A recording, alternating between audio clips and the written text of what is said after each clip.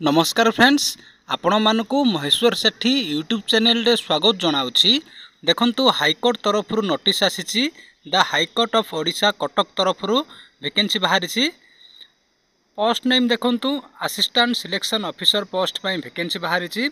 20/5/2024 रु अप्लाई आरंभ होउछि। अप्लाई करिवार लास्ट डेट होउछि 18/6/2024। देखंतु एथिरे टोटाल 147 पोस्ट पई वैकेंसी बाहरी। आपन को एथिरे सैलरी मिलिबो 35,400।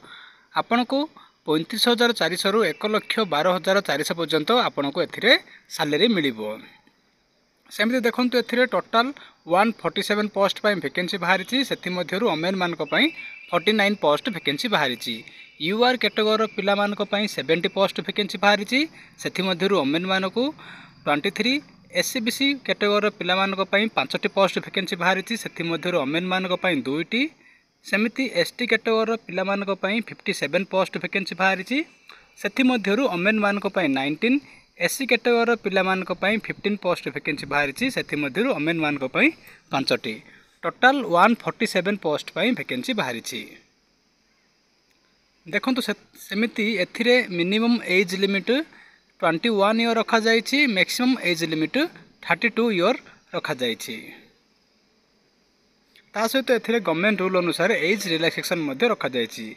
एबे देखंतु एजुकेशनल क्वालिफिकेशन जो माने बैचलर डिग्री पास करथिबे, जो माने डिग्री करथिबे से माने अप्लाई करि परिबे। एग्जामिनेशन फी देखंतु एथिरे अप्लाई करिया पई 500 रुपीस रखा जाइछि। देखंतु जो माने आम टेलीग्राम ग्रुप रे जॉइन होई नांती, टेलीग्राम ग्रुप रे जॉइन हो जांतु। टेलीग्राम ग्रुप रे आपण माने एई पीडीएफ फाइल टिको पाई परिबे। जदि आपनकर किछि डाउट अछि ताहाले कमेंट करंतु, मु रिप्लाई देबी।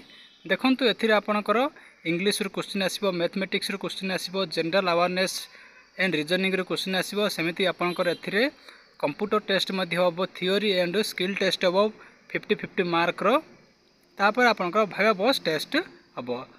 एग्जामिनेशन सेंटर देखंतु आपनकर ओडिसा रो 30 जिल्ला रे सब डिस्ट्रिक्ट रे आपनकर एग्जाम हबो। जदि आपनको वीडियोटी भलो लागिछि ताहाले वीडियोटी को सेंड करंतु।